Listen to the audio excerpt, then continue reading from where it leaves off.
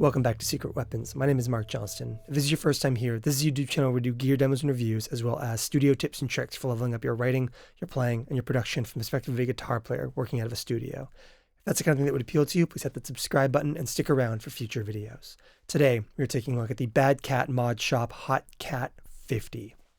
That's really hard to get out in one take. So I've had this amplifier here in the studio for almost 2 months now, and when it comes to things like guitars and amplifiers, I really like to live with them for a fair amount longer than I do guitar pedals, because I think you just kind of have to spend more time getting to know them to really feel like I can have a conversation about them and feel at all capable of knowing what I'm talking about. And this amplifier absolutely makes me glad that I have kind of dragged my feet a little bit getting this video out, because the more time I spend with it, the more I find that I love about it. So let's talk about it.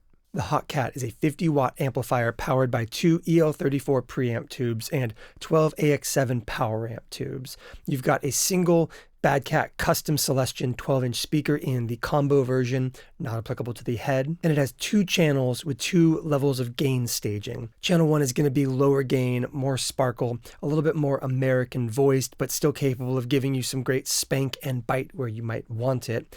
Channel 2 is going to have more of a British, almost plexi-esque tonality to it. We are not going to go full Marshall with these sounds, but as you heard on that intro track, and as you will hear when we start pulling out some humbuckers later in this video, it definitely leans meaner, and it definitely leans more kind of bricked up mid-range, which is pretty crazy for an amplifier that doesn't seem to compromise going in either direction. But I don't want to create the impression that this is a clean channel and a dirty channel. While channel 2 is going to have more gain across the board, channel 1 still does what I think makes this amp so special, and that is tube amp gain that feels phenomenal across the spectrum. The cleans in channel 1 are beautiful and sing-songy and sparkly and glassy, and as you push that volume and that gain up on channel 1, you get amazing Telecaster breakup. You get really great kind of indie rock bite and grit that I am obsessed with, and the kind of stuff that makes me use the built-in effects loop because I don't want to compromise on the amp gain available to me here. And channel 2, you can still pull it down into some really great single coil cleans that are a little bit more mellow, a little bit more layer them into your record style sounds, but will lean itself much more quickly into kind of chuggy palm mutes and big soaring lead guitar parts. Both of them can do both things, but with decidedly different flavors applied to them. And even beyond both of them having great amp gain on their own merits as channels, you have a high-low gain control that applies to both channels as well, letting you step either channel up into a higher gain, more bombastic, hairier, and edgier sound. This can be manifest as a more top boosty style sound in channel 1, but will really create just kind of like amp sag and just kind of blown out sounds in that kind of second channel, especially with a higher output humbucker. You've also got a lot of control over the tone of this amplifier in both channels. You've got low, mid, and high EQ controls that are shared across both channels, as well as a kind of global master volume output and a global presence control. That presence can be really useful, especially once again with like channel 1 Telecaster, for reining in some spikier elements when you really want to create a lot of bite in your sound, and likewise can be opened pretty wide in channel 2 with down-tuned humbucker guitars to create great clarity and air in otherwise very blistering sounds. You've got multiple speaker outputs, 4, 8, 16 ohms. There's even a line output for recording this direct. We will kind of play around with hearing some of that later in this video, but for the most part, I really like the speaker built into this. I think this Celestion that is built for Bad Cat here actually sounds great, both on those kind of more martially flavors and those more voxy and American style flavors. Is kind of a great all-rounder speaker and doesn't really make me feel the need to go direct in with an amp like this, but it is nice to have that sound if you need it. But conversely, something that I almost never use in my amplifiers that I have found myself using a lot in this amplifier is the effects loop. This has an effects loop built into the amp. I am somebody who almost always runs my wet effects into the front of the amp and gain stages the amp appropriately. The The Bad Cat has phenomenal amp gain in it. I'm obsessed with how it sounds both on channel 1 and on channel 2, and I find that when I'm running as much gain as I want to out of the Bad Cat, that I am kind of starting to chew up my wet effects too much into the front of the amp. So I actually been using the effects loop on this amp a ton, and when you hear wet effects in this video, they will be in the loop. It's a really good inclusion for an amp that leans this hard into great low, medium, and high amp gain tones. The combo version of this amp ships with a Bad Cat labeled amp cover and a little Bad Cat Hot Cat foot switch for switching between channels 1 and 2. And switching between low and high gain modes. Handy especially because I have the amp behind some baffles in the studio right now, and this gives me quick control over being able to switch between the different sounds, which this is one of the things that I find so amazing about this amplifier is it's not an amp that seems to struggle at anything in my experience. When I grab something like that Fluff Signature Stingray, it's a D standard guitar with a high output humbucker in the bridge and nothing else. And it is capable of really smashing into that second channel, but I can use this to set up a really clean gain stage on channel 1 and seamlessly switch back and forth between moody cleans and explosive high gain rhythm parts. Conversely, I can plug in my Tele, get everything dialed exactly where I want it, and then at any time I can just kind of increase the amount of amp gain and kind of the character of that amp gain by switching to the high gain mode on channel 1. Ultimately, however, this is a video about this amplifier, and so on those grounds, I want to stop talking and start getting into some sound samples. We're going to split up the sound samples a little bit differently today. Instead of just kind of turning knobs endlessly for the next half hour, I'm going to kind of set up a premise that I'm going after, set controls, and then we'll just kind of listen to the amp as we go. So we'll switch back and forth between me kind of talking through the settings and hearing the actual playing with no talking. So as always, chapter markers down below for anything you might want to hear, and let's get into our sound samples. So let's go ahead and start off by just getting a kind of baseline for the amplifier. What we're going to do is take all of the knobs, put them to noon, except for master volume, which we're going to kind of juice up a little bit more. I just want to make sure that we're waking up those tubes, pushing enough air, giving the mics something to do.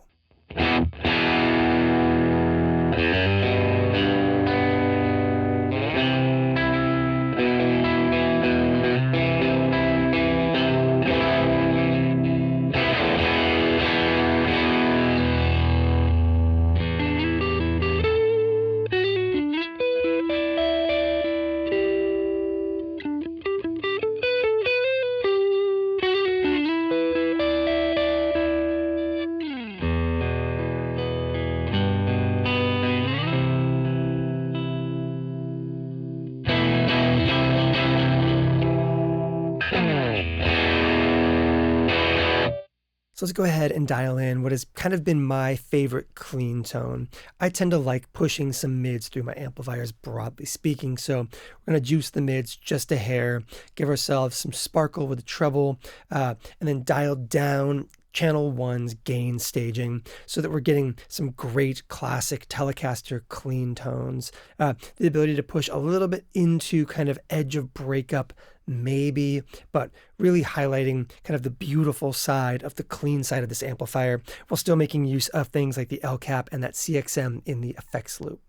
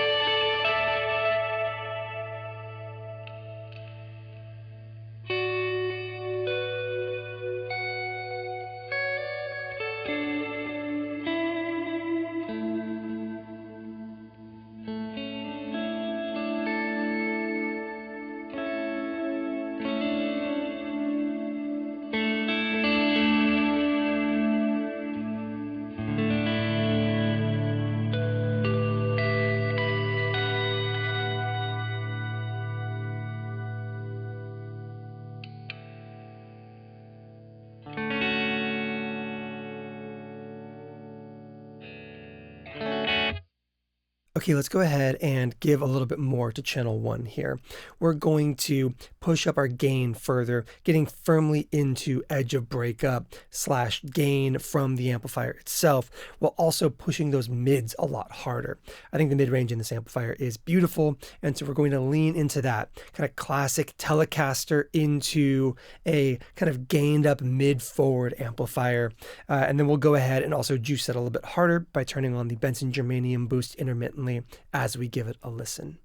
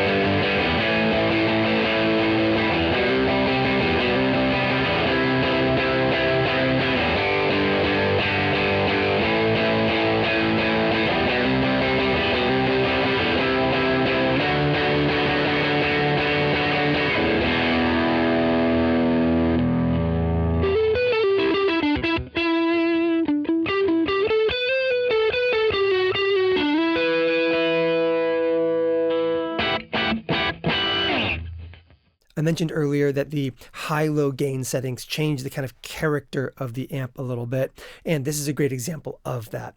We're going to go ahead and give a listen to channel 1 again with our Telecaster, switching back and forth between the high and low gain settings on the amp to hear not only how much more gain you get out of that high-low switch, but also the ways in which the kind of top end, the kind of rattiness of the circuit tends to kind of accentuate itself in channel 1. Let's give it a listen.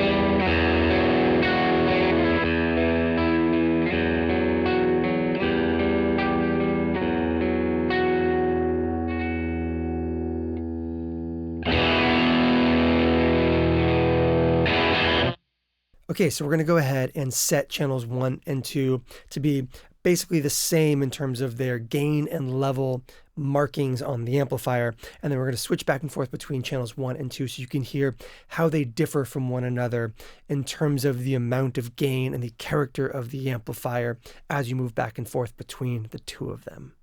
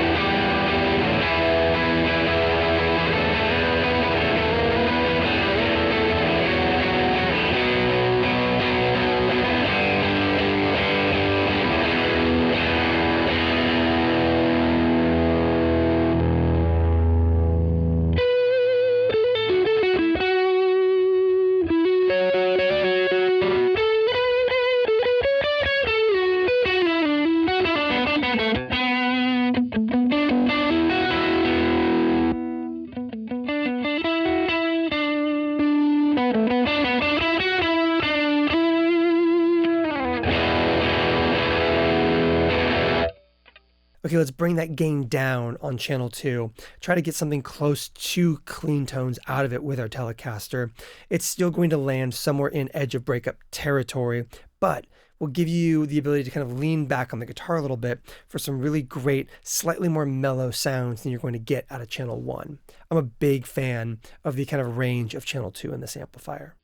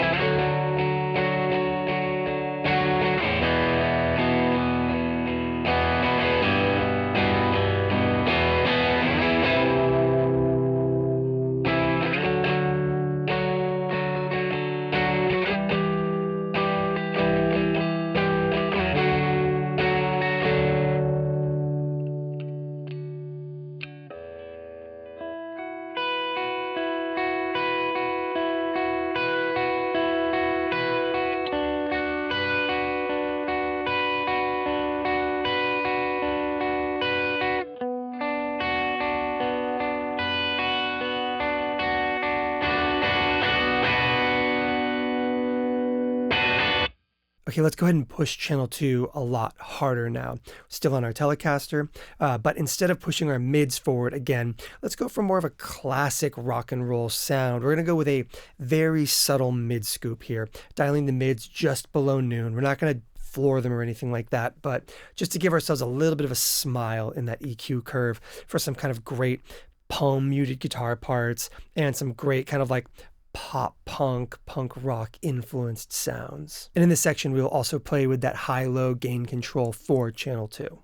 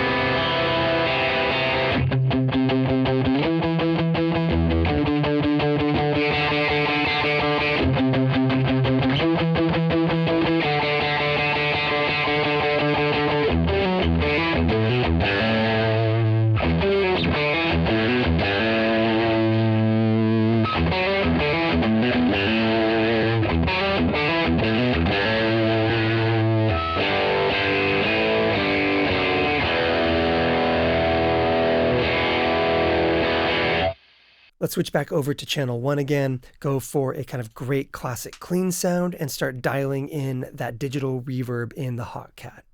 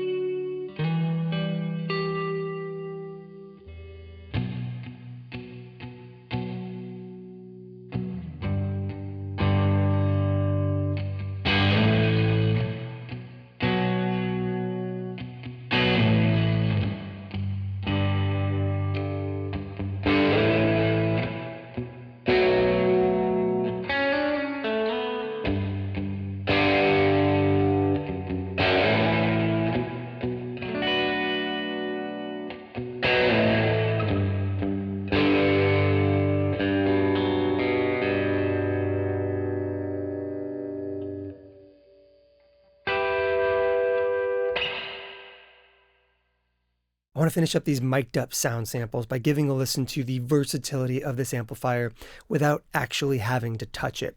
We're going to switch over to this Fluff signature guitar from Music Man, and as you can see, we are dealing with one humbucker and a volume control and nothing else. This is very much a D standard caveman rock and roll guitar. This thing is just here to punch amplifiers. This is a loud pickup, by the way. So what we're going to do is dial in a set of EQ controls that works both for the channel 1 and channel 2 gain stages. We're going to move the microphones a little bit closer to center to compensate for how much darker this guitar is than my Telecaster. And then we're going to basically just kind of jam and riff around a little bit, switching back and forth between channels 1 and 2, between high and low gain staging, making use of some of the pedals on the pedal board, and just hear how, without changing anything about the amplifier other than channel switching with the foot switch, we can get a full song's worth of performance tones out of one pickup and one amplifier, which is something of a feat. Let's give it a listen.